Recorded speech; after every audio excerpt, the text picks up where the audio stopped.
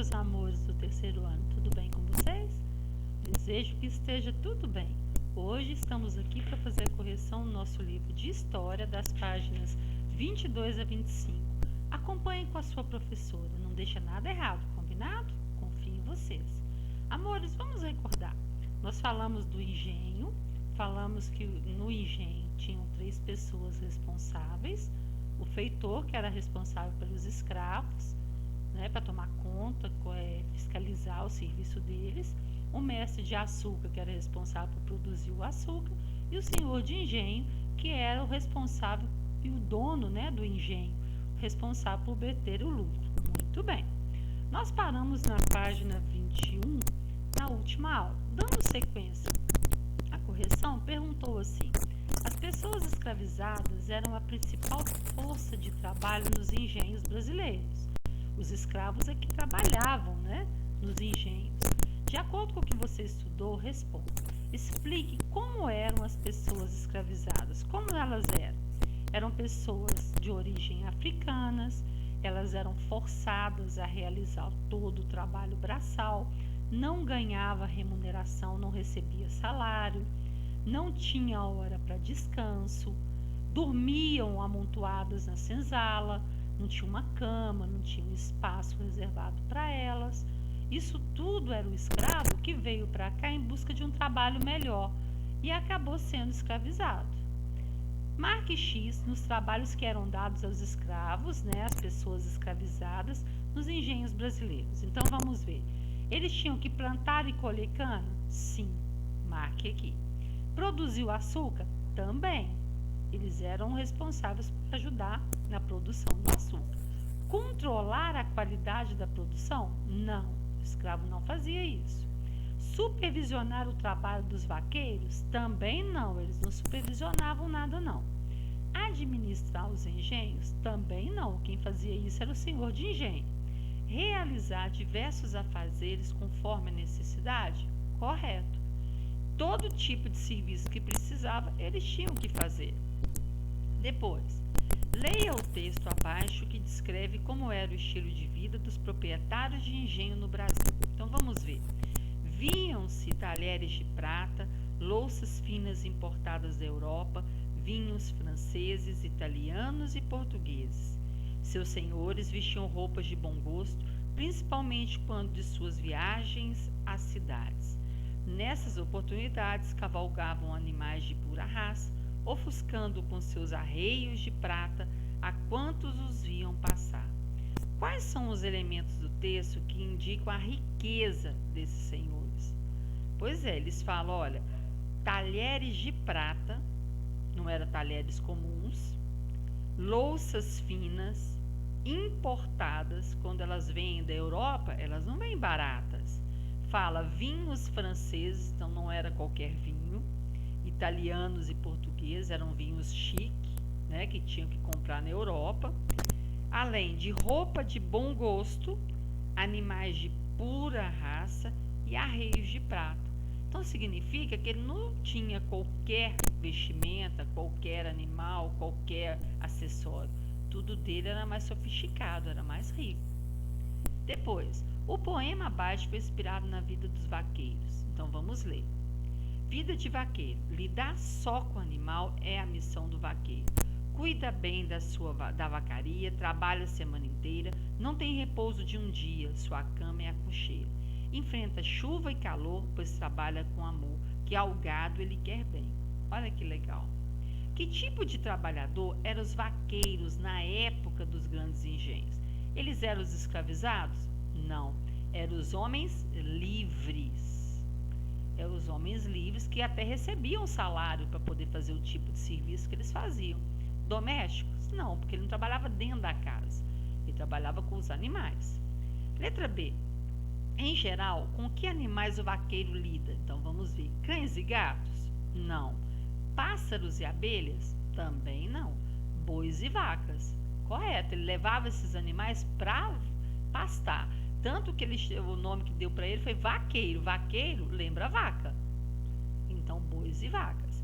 De acordo com o poema, como é a rotina do vaqueiro? Copie trechos que justifica. Como que é a rotina? Você acha que é tranquila? Não, ela é cansativa, não é? Porque olha aqui, olha, trabalha a semana inteira ele trabalha, não tem folga, não tem repouso de um dia, enfrenta chuva e calor. Então ela é bem cansativa, porque nem descanso ele tem. Então vamos ver agora o cultivo do café. Cultivou a cana-de-açúcar, produziu-se muito açúcar no Brasil e logo em seguida eles começaram a plantação de café, que também foi outra riqueza que o Brasil pôde colaborar. Então vamos ver lá. A plantação de cana-de-açúcar e o comércio dos produtos obtidos a partir dela renderam por muito tempo grandes lucros aos proprietários de engenhos. Por volta do ano 1730, no entanto, outra atividade foi introduzida no Brasil, que era a plantação e a produção do café. Além da cana-de-açúcar, começaram-se a produzir o café. Assim, a comercialização desse fruto tão apreciado na Europa tornou-se vantajosa para os grandes proprietários de terra, que passaram a vendê-lo dentro e fora do país.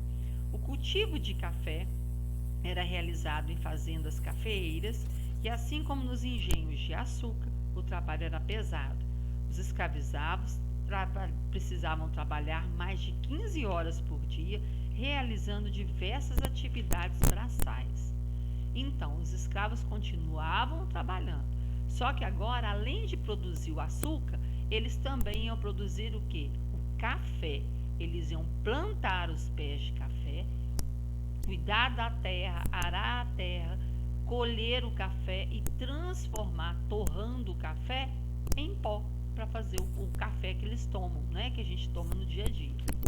Com o passar do tempo, devido à pressão pelo fim da escravidão e ao aumento do preço dos escravizados, os fazendeiros passaram a se preocupar com a mão de obra que trabalharia em suas fazendas.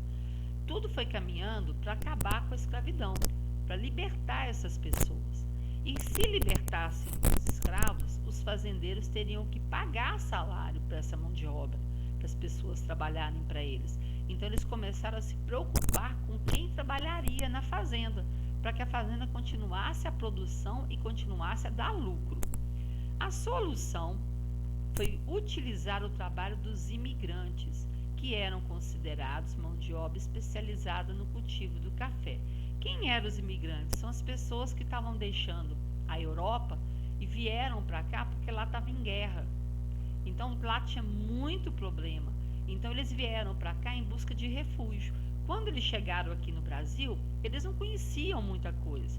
Eles tinham técnicas que eles trabalhavam lá na Europa, plantavam lá na Europa e que eles puderam colocar aqui em prática. Na região sul do país, por exemplo, nós temos lá várias colônias de europeus, de imigrantes que vieram morar em Santa Catarina, morar no Rio Grande do Sul, morar no Paraná. E eles têm casas lá que lembram as casas da Europa. Quem já foi, quem passeou pela região sul, vai observar muitas casas lá lembrando o estilo europeu, porque é o estilo de onde eles vieram. Os imigrantes deixaram seus países geralmente por conta da falta de emprego e em razão de conflitos, dos quais queriam fugir, que eram essas guerras que eu comentei com vocês. Muitos daqueles que aqui chegaram viviam com grande dificuldade nas fazendas, principalmente nas que produziam café, pois o trabalho que eles realizavam era pesado e os valores do salário eram bem baixos. Como eles precisavam de alojamento e lugar para ficar, os fazendeiros contratavam esses imigrantes para trabalhar no lugar dos escravos. Só que eles não tinham a força que os escravos tinham. Eles não conseguiam fazer tão bem o trabalho que os escravos faziam. E o salário também não era bom, era muito baixo. Muitos desses imigrantes foram trabalhar em fazendas, principalmente nas grandes plantações de café em São Paulo. Nas fazendas, toda a família, incluindo as crianças, trabalhava. Além do café, essas famílias também plantavam alimentos para sua sobrevivência.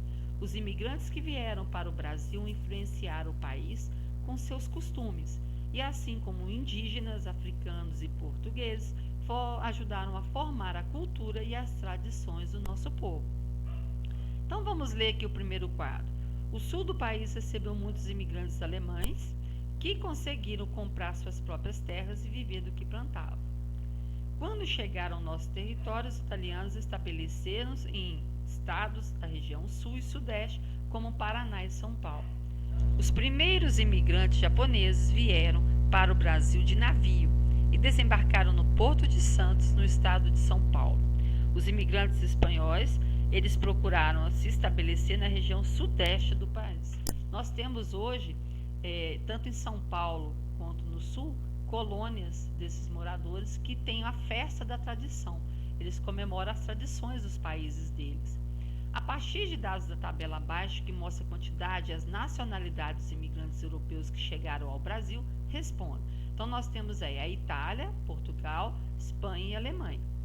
Nós temos aqui a quantidade de pessoas que vieram. De que nacionalidade eram os imigrantes que vieram em maior número para o Brasil? Vieram da Itália, a nacionalidade italiana. De que nacionalidade eram os imigrantes que vieram em menor número para o Brasil?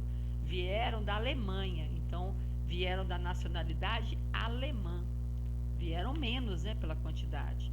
Os imigrantes vieram ao Brasil para trabalhar, principalmente com o cultivo de qual produto? Açúcar? Não, porque o açúcar os escravos aqui trabalhavam com ele. Café? Com certeza. Pau-brasil? Não, porque o pau-brasil foram os índios que trabalhavam. No caso do açúcar, foram os escravos. E no caso do café, foram substituídos os escravos pelos imigrantes que vieram fora do país para cá.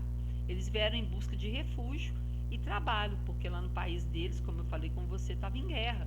Então, para proteger a família, eles vieram para cá em busca. Só que, quando chegaram aqui, os salários não eram tão altos. As condições de vida também não eram tão boas. Mas, pelo menos, eles puderam vir com a família. Os escravos não. Os escravos não vieram com a família. Eles foram tirados das famílias, as crianças perderam seus pais e suas mães quando elas vieram trabalhar aqui, mas as crianças ficaram. Já os imigrantes não, eles puderam vir, vieram para cá de navio e vieram com a família toda. A família se alojava e trabalhava junto. O que fez com que tantos imigrantes viessem ao Brasil na época apresentada na tabela? A época era de 1884 a 1903. Por quê? O que você acha? Porque lá na Europa, como estava em guerra, estava faltando emprego para sustentar as famílias. Esses conflitos podiam acabar matando as famílias que ficavam lá. Então, eles acabavam fugindo. Eles vieram para o Brasil fugidos. E o Brasil os acolheu, acolheu dando lugar para eles ficarem. Não acolheu no lado do salário digno, mas pelo menos aqui na nossa terra não tinha guerra. E eles puderam trazer a família junto. Os escravos não tiveram essa sorte de trazer a família, Depois, relacione as colunas de acordo as informações correspondentes. 1 para escravizados e o 2 para os imigrantes. Imigrantes são de outra nacionalidade que vieram para cá, mas com salário, tá? Os escravos não tinham salários, não. Realizavam trabalhos pesados em troca de salários baixos. Os imigrantes, porque os escravos nunca receberam salário. Desempenhavam o trabalho em engenhos e fazendas sem receber salário. Que são os escravizados. Então, recapitulando, nos engenhos, na produção do açúcar, quem veio para cá para trabalhar foram os escravos africanos. Nas fazendas, para a plantação de café, já estava no fim da escravatura, já não tinha mais escravos, já foi abolida, graças a Deus já não escravizava mais ninguém. Então, esses imigrantes que vieram das terras onde eles moravam, vieram para cá em busca de emprego, em busca de moradia com a sua família, de abrigo, porque na terra onde eles viviam estava em conflito, estava em guerra ou estava faltando emprego para todo mundo. Mas eles puderam vir para o Brasil com a sua família. E aqui, trabalhando todo mundo, até as crianças trabalhavam. Eles puderam colocar a técnica da plantação de café, conseguiram alojar suas famílias, e muitos trouxeram seus descendentes, e tiveram os descendentes aqui na nossa terra. Eles trouxeram todos os parentes e foram montando as colônias. No nosso Brasil, nós temos na região sul muitas colônias de imigrantes. Não deixe de fazer sua correção, tá ok? E eu aguardo você na próxima. Um grande beijo!